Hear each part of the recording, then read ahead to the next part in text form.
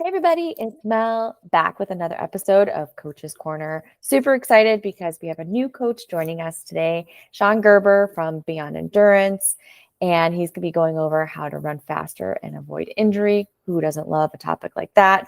But before we get started, since this is his first time on the Coach's Corner, we will give a little bit of a background of, Beyond Endurance and what Shawn loves to do. Maybe he doesn't like just triathlon. I don't know. So let's hear.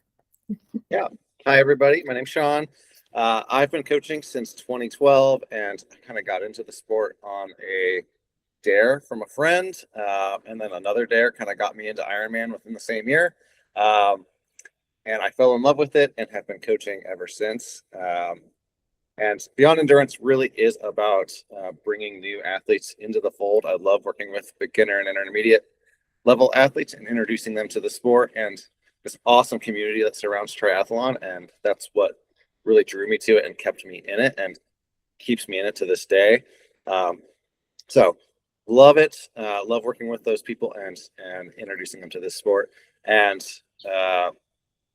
I do a little bit of everything. I started in triathlon. I came from cycling. I've gone back to cycling, trail running. I've done all sorts of things, and my athlete roster kind of reflects that. Our ethos is train smart and live well, and it's all about kind of making the magic happen between life and training. And a lot of the work I do is making my athletes' lives really easy and straightforward, so they kind of know what to do.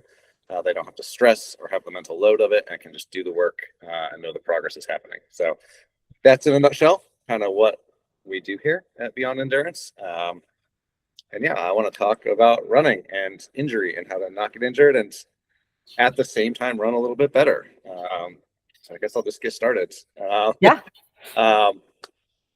Yeah, so the numbers aren't good. And I think as I'm going to, when I'm talking about injury, right, like I think a lot of us, if we think about our running only friends or even just our experience running in triathlon, you probably have injury creep into your mind somewhere in that thought of, like, when am I going to screw this up? When am I going to pull my hammy?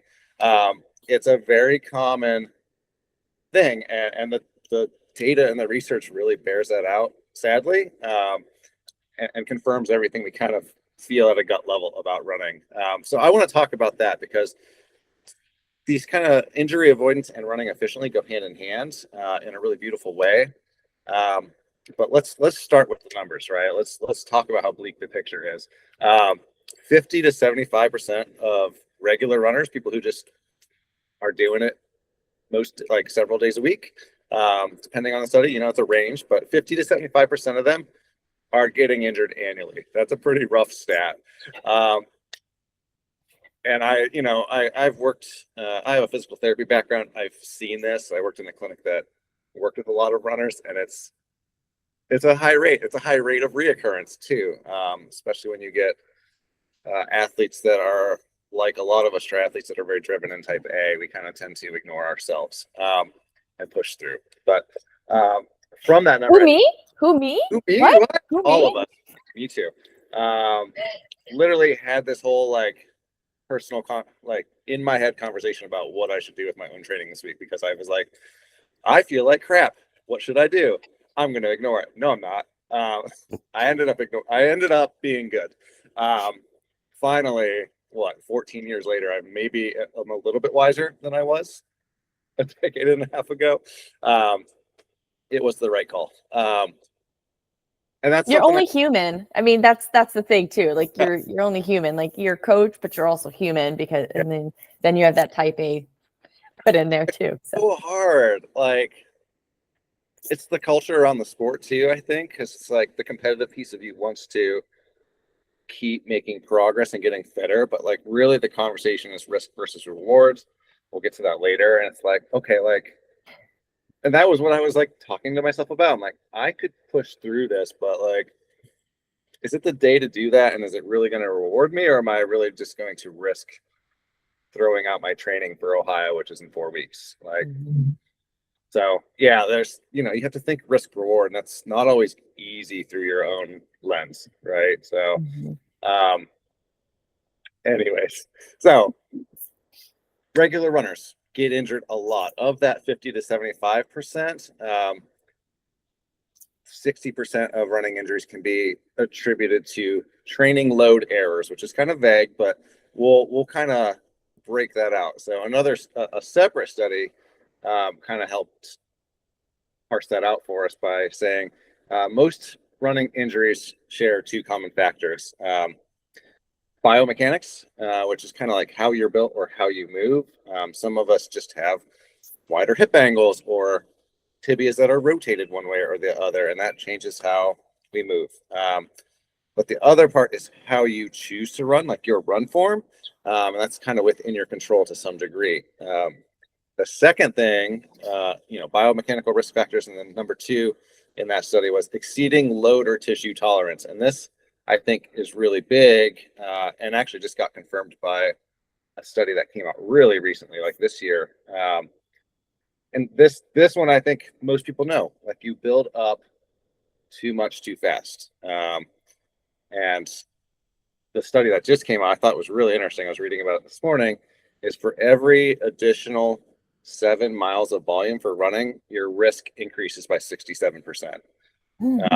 What's hard to quantify is like, okay, what's your risk at 7 miles a week? And then how much is it ramping up from there, right?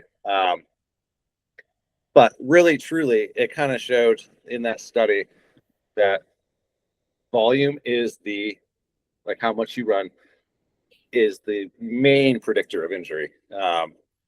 Way more than even running form, even though we're going to talk about running form and what that all means. But where people make mistakes and get injured is they just don't move through running with patience. And that's the hardest thing about running, because it's probably the easiest sport to show up for in triathlon, because you can literally shoes on, out your back door and go. I think that catch-22 is really hard for people, because it's like a lot of people come from a running background and are like, yes, this got me into it. It's easy. It's the easiest thing to show up for.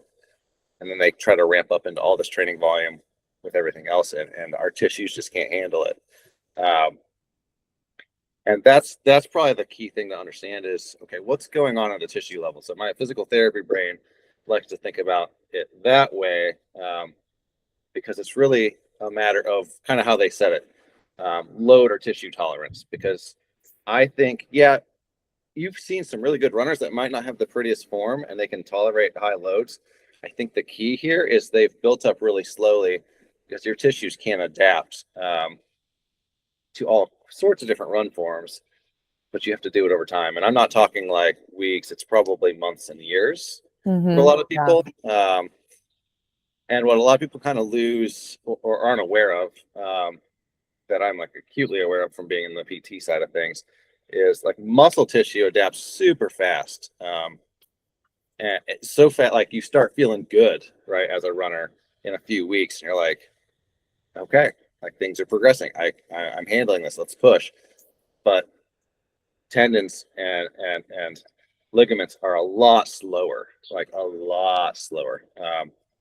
And all of a sudden, it's like we built this bigger engine with our muscle tissue, but a lot of it's it's pulling on the tendons and putting a lot more strain through them, and our joint tissues are getting affected, and they're not rebuilding, or they're not building up their tolerance nearly as quickly as our muscle. So our brains are like, cool, like I'm progressing, I'm doing well. Let's pour some more training on top of that.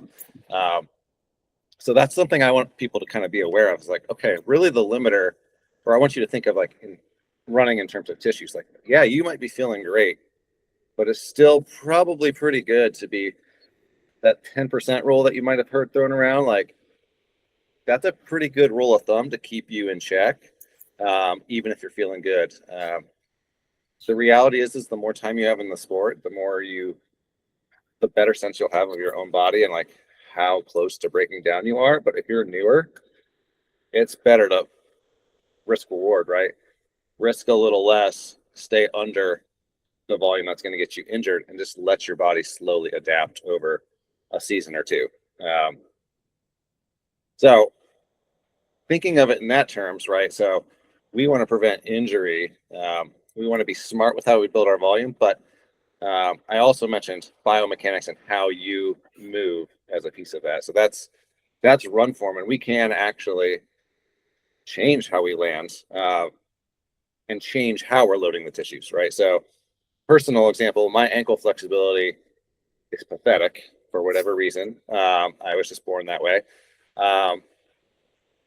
And it's just a red flag for me. And that's something I kind of go through when I do gait analysis for people. It's kind of like, okay, where are we at mobility wise? Where are we at strength wise? How are you existing outside of running? And how does that, what does that context help us see when you actually go to run?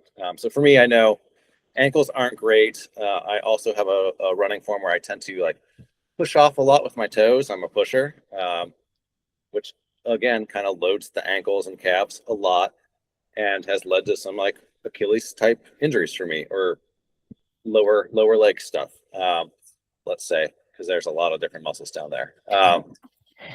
But I've definitely had Achilles tendonitis before, and it's not fun. But all that to say, like, when I was going through that tendonitis, one of the things I had to change was working on body lean and getting out of that like toeing off so hard, and actually kind of rolling through my big toe and pushing through with my glutes.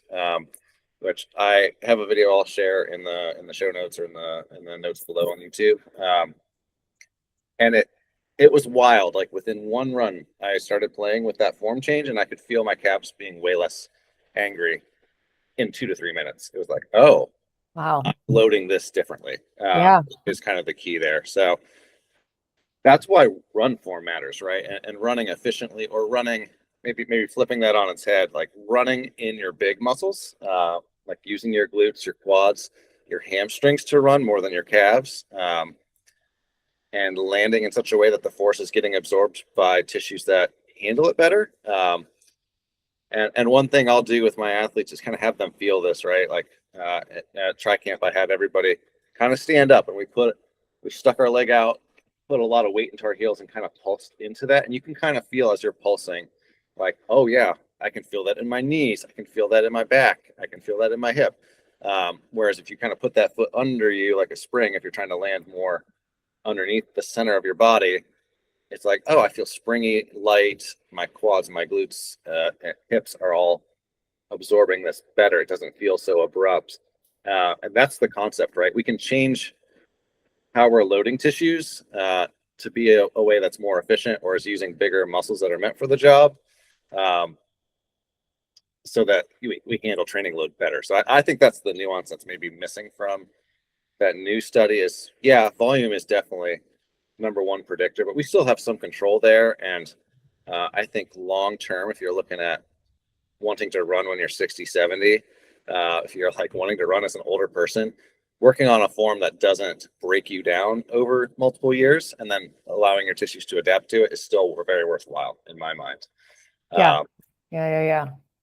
Go ahead. You know, since we're talking about like triathlon or multi-sport, Yeah. I mean, I guess I'm assuming that swimming and cycling are good because you're not just honing in on one specific sport like running, and that way your body is using other muscles and not having such a big load on your feet, right? Because with swimming, you're like this in the water, and the bike, you have a bike that will take some of that like pressure, or like you can coast on a bike, right? Like you can't really coast when you're running. I think that's one of the most fun things about being on a bike. But but running is like such a impact, and I would say for most triathlons, unless you do like an Xterra, you're running on the road, so then that's like harder on your body, right? And so that load takes a little different. Yeah, absolutely. But I would counterpoint to that, right? Okay. Like, all of these are kind of very straight line motion, right? Yes. We don't get lateral very much as triathletes. So kind of circling back, right? Like that brings in a really good point here of strength training. I know you've had a couple of coaches come on and talk about that. I am an advocate for it year round, and that's, we want to build our volume smart, but we also increase our tissue capacity through strength training. So I'm a big advocate for it year round. It's the thing that all my athletes skip first when it's busy, right? Like, Yes. um, Yes.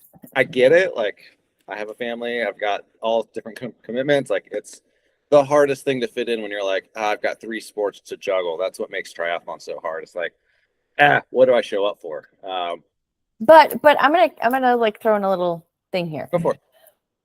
So swimming, cycling, and running, they take a certain amount of time, but I feel like strength training, you could still do something in a short amount of time. And Oh, absolutely. granted, like you could have something at home, some certain weights at home, and you could do something for 10 to 20 minutes versus I got to drive to the pool, then I got to get in my lane, then I got to drive home, or I got to go out for this hour bike ride.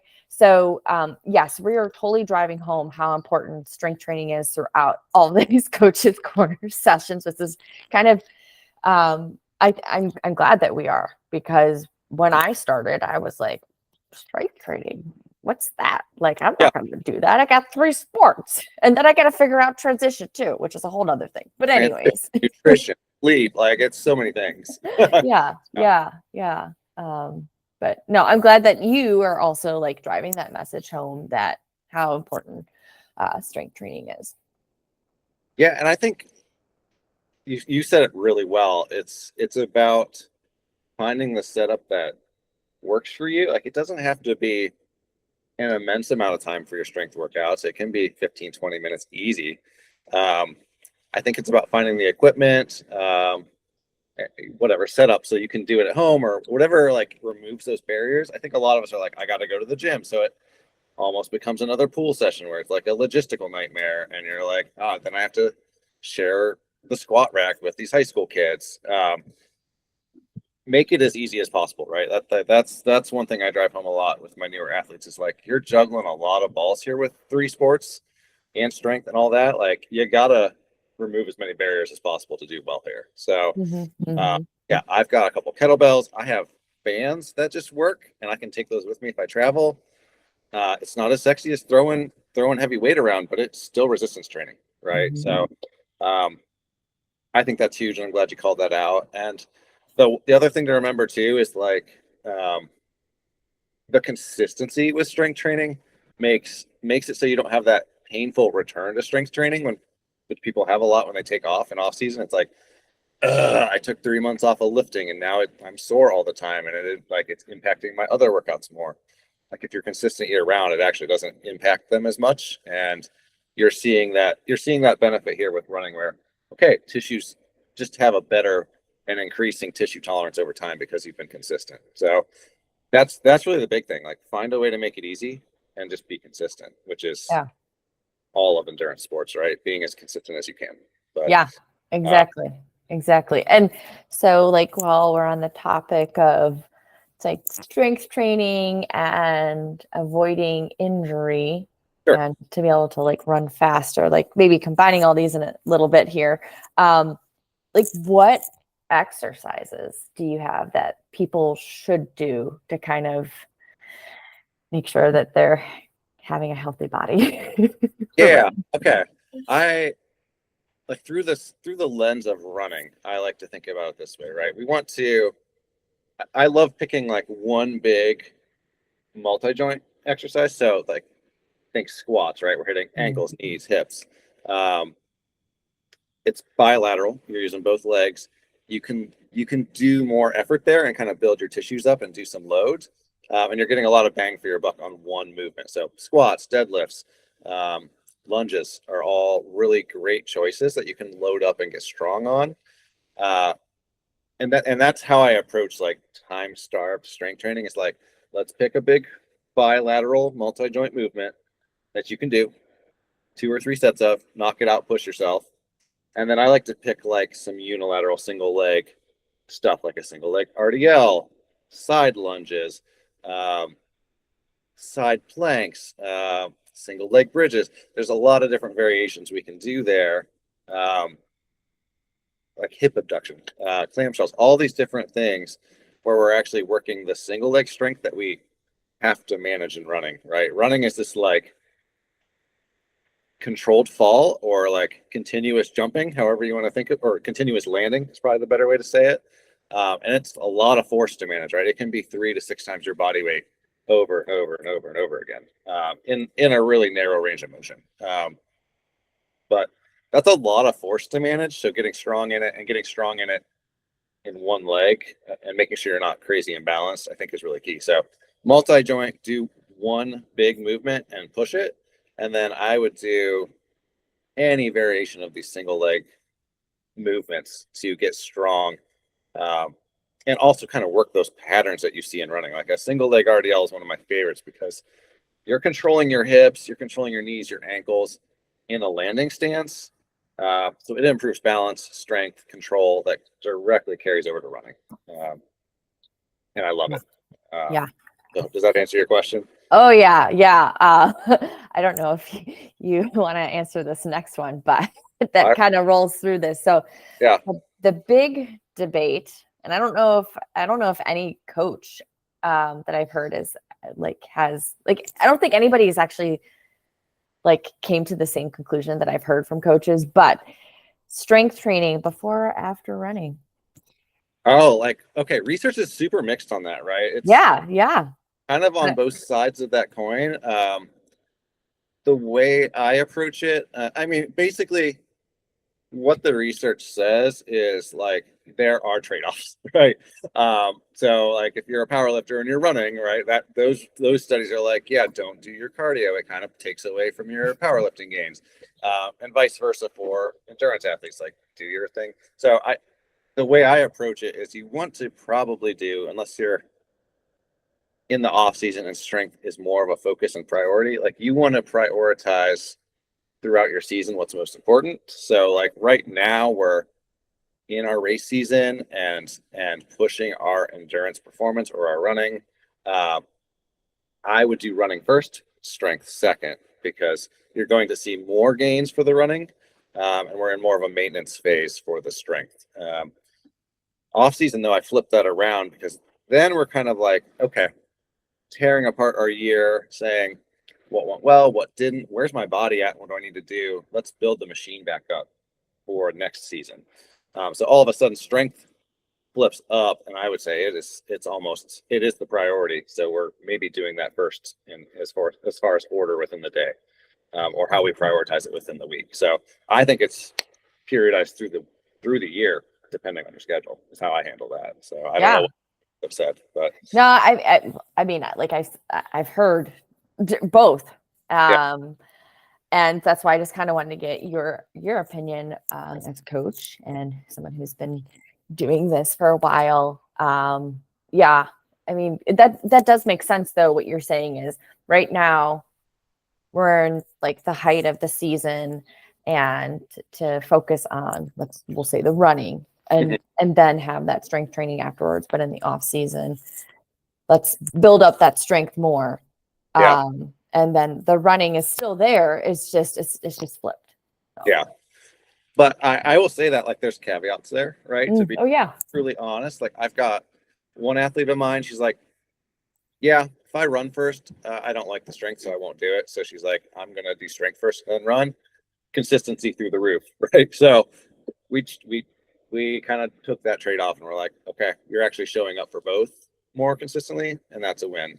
And some athletes actually just respond to or feel the way they feel after strength sessions, they'll respond differently than other athletes. So that order can even be kind of person to person. So it's really yeah, you're exactly right. It's kind of a muddy area. But I think, generally through the season, you kind of want to generally prioritize different things based on where you're at. And then work with the athlete that's in front of you. So not maybe it's an it depends answer, right? I give a lot of it depends answers to my athletes. But you got to figure out what works for you. And I think it all still boils down to what's gonna keep you as consistent as possible, or if you're a person that gets super sore from your strength training and then you're I don't want to do my cardio, that's not a good win, right? So you got to think about who you are as the athlete and kind of troubleshoot that. So that's how I would approach it, is kind of figure out who you are as an athlete, think about where you're at in your season, ask a coach if you need to get outside of your own head, but it's a lot, right? Yeah. It's There's always so Yeah, much. a lot.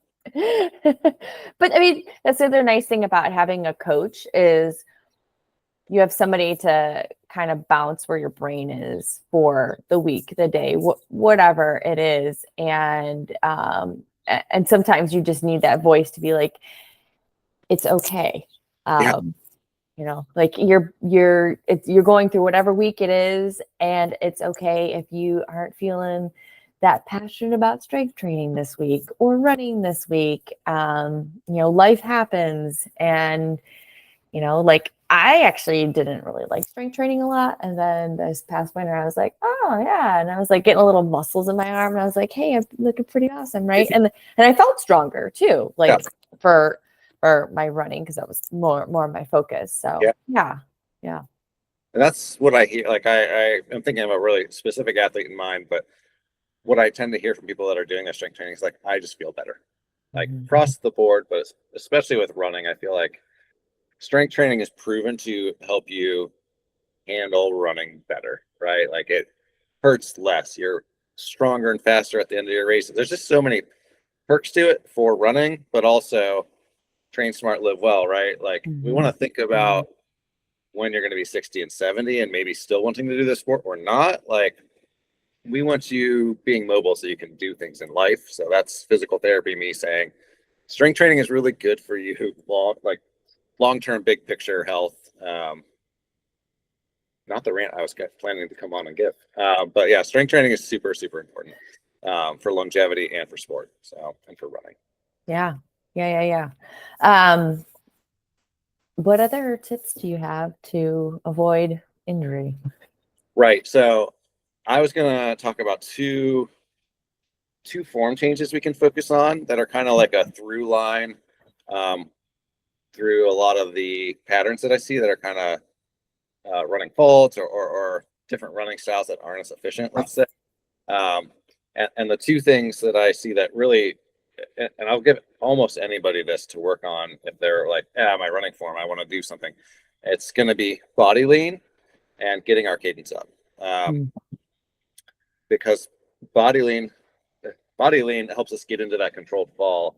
And I like doing this drill with people where we kind of just lean until you lean from the ankles until you basically have to take that step forward to not fall over. And that's kind of exactly what running is. Like you get to that body lean and that's your gas pedal. Like you lean more to kind of run faster. And then we'll progress from that to running in place, leaning until you start moving forward. But really that body lean is kind of like your gas pedal, like leaning in helps you speed up, and then kind of uprighting, not backwards, but uprighting tends to be what we do when we want to slow down. And is what a lot of people do when they're running down hills, a little bit of afraid of handling the force of running downhill. They'll lean back into the hill and it just puts the brakes on more. So the backwards advice that people are always like, what is, you actually want to, like hills are here, you want to lean into the hill to be kind of like perpendicular to the hill. And then all of a sudden you're gonna be like, oh, now I'm moving faster. My legs are spinning faster. But you're actually able to run more quickly and more fluidly down the hill. You just got to get your brain to start figuring out that pattern of, oh, okay, my cadence just jumped up 10 or 15 steps per minute and I'm gliding longer. Like, how do I handle this faster running down this hill? Which is one of my favorite things to work on is like having people run up a hill and then go down a hill, leaning into it fast, a little bit quicker than they're maybe comfortable with, because it forces you to figure it out. It forces you to to find a smooth foot strike that's not like hammering, right? Because that's what we do.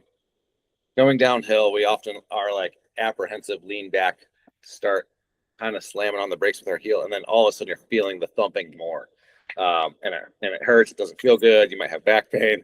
So leaning into it, trying to be smooth with your turnover, helps with the body lean for sure. Forces you into the cadence a little bit. Cadence is just about getting having your foot be on the ground for less time. And we're talking in milliseconds, right? Like 250 to 350 milliseconds. So it's fractions of a second, but you add those fractions of a second up over thousands of steps. It's just the longer your foot's on the ground, the more force you have to absorb. the more force you absorb over those thousands of steps, it all adds up to stress through those tissues. So cadence is a great way to start getting your foot to be on the ground less, absorb less force, and feel better as a runner. And simple cue there is you can count to yourself in your head or out loud. You do you, a little bit faster than you're already running. So like kind of do 1, 2, 3 to your steps, and then start counting a little faster. That'll bring your cadence up about 5, 6 steps per minute by itself. You can also get a metronome on your phone or on your fancy watch, and say like, hey, I know I'm doing 160 steps per minute. Let's try 170 and see how that feels. But truly, those two things, getting that body lean and starting to feel the mechanics of it, it's the thing we lose when we get tired. We start to upright, get lazy, put the brakes on. We also start to lose some cadence. So those two are really key. They're things that run through a lot of the flaws, and there are things that go quickly when we're tired, right? So if you're aware of it, you can actually fight back late in a race and say, no, I need to stay in my lean. I need to stay in my form. I need to keep my cadence up, and it can make a big difference. So yeah. Oh yeah. I only laugh because I probably do a little more shuffling than I'd like. And it makes sense, right? Like you're saying, when you're tired, and we've heard the phrase Ironman shuffle when it comes to the marathon of an Ironman, because your body is so tired by then. I mean, granted, like our races are short course, but still, even with short course, you don't want to get to a point where you're shuffling at the run, because the right. run still counts, right? And you want to feel good throughout the entire race as much as possible. And not going to say that, you know, you may like, you're going to shuffle up a hill sometimes. It happens, right? Yeah, you know, but it's all about trying to get to that point of going through each of the disciplines in a race, but also when you're getting to that run of, I still feel halfway decent for this run, and I can cross the finish line feeling decent too. Yeah, actually, good story. One of my athletes, she went up and did Maumee, right? So what's that? Well, last weekend, we had done some stuff at TriCamp. Both of these things. We also talked about like not letting our rib cage lift, right? Where you're kind of like arching your low back, breathing hard. And that's important because we want, as we start breathing through our chest and kind of like lifting our rib cage, a lot of mechanics through our core stability change. Our diaphragm is all of a sudden not creating pressure through our abdominal cavity. And our brain is really weirdly wired to sense that and shut down the output of strength, or kind of like say, hey, no, you're not stable, so I'm not going to let you be as strong. So I worked with this athlete on keeping kind of ribs and hips stacked well, and trying to breathe through the diaphragm as long as you can, right? Like, especially short course, you're going to be pushing hard and you're going to breathe through your chest more. That is how human bodies work. But like working against that, staying stacked and then leaning like that, she did that. She's like, I dropped 30 to 45 seconds a mile and felt good. Wow. That's probably an exceptional case, but it does make a difference. In like run clinics, I'll put people on their back. We'll work through those mechanics so they can feel it. And then I'll say, hey, brace, like create tension here how you normally would. And I'll like try to push their leg down. And then I'm like, okay, change to the pattern we just discussed. And all of a sudden they are literally 2 or 2.5 times as strong. So it can be, it's wild, right? It's this neuromuscular thing where your body senses that it's in a stable position, and your brain always wants to keep you safe. So it's like, okay, I'm stable, I'm safe, let's push the power. Yeah. So keeping ribs, hips stacked on top of each other, not arching your low back, is a really key one too. And I find myself doing that when I get tired and lazy.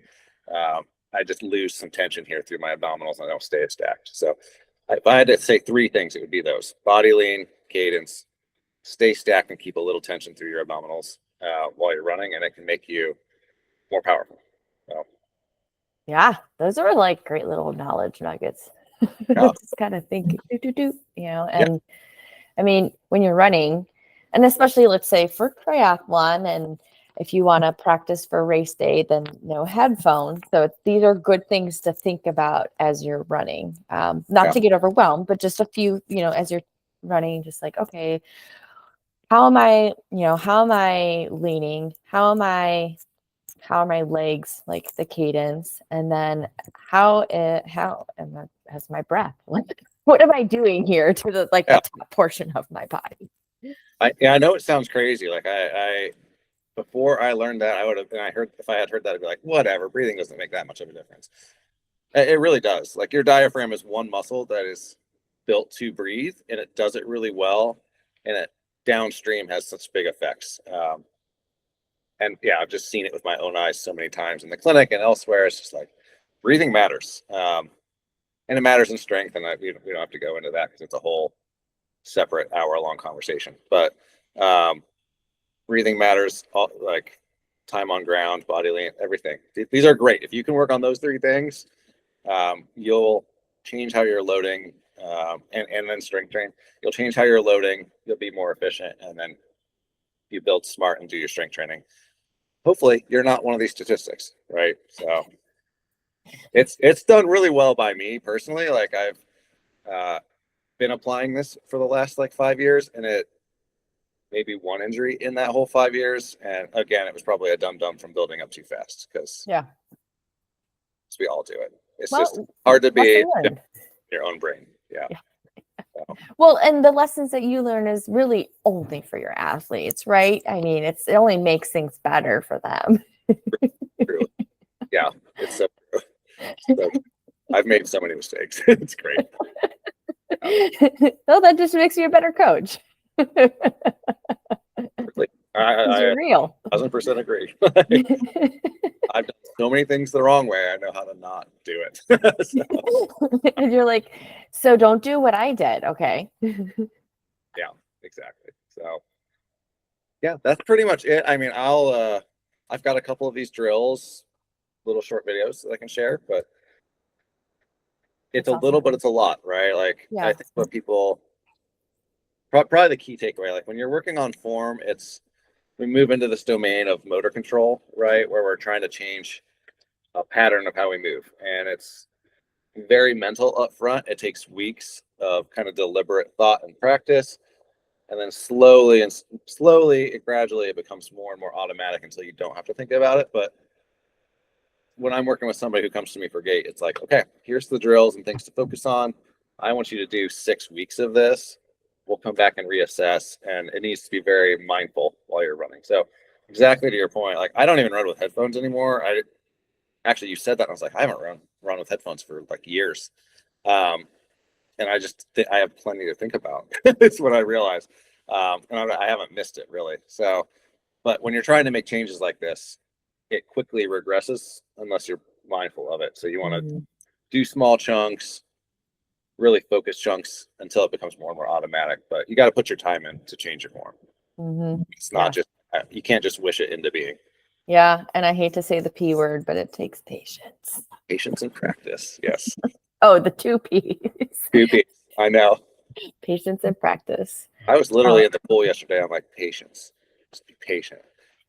That's like my pool time requires the utmost patience from me. It was my word yesterday. Be patient. You can get this one done. This is my mantra. I just don't understand people that love swimming. Outside, awesome. I'm entertained. I have things to do and places to go. Lapping back and forth, I am so bored. Yeah, patience was my word yesterday. Yes. Oh man. Well, thank you so much, Shawn, for coming in on Coach's Corner. And I know we're going to have you again, at least for one more, I think maybe 2 more. So I signed up for one, but yeah. Okay. Yeah. I can't always remember. Sometimes people like to do a couple more. No. So, so thankful that you're able to be on here and drop some wisdom for our audience. And we look forward to having you again. Awesome. Thanks for having me.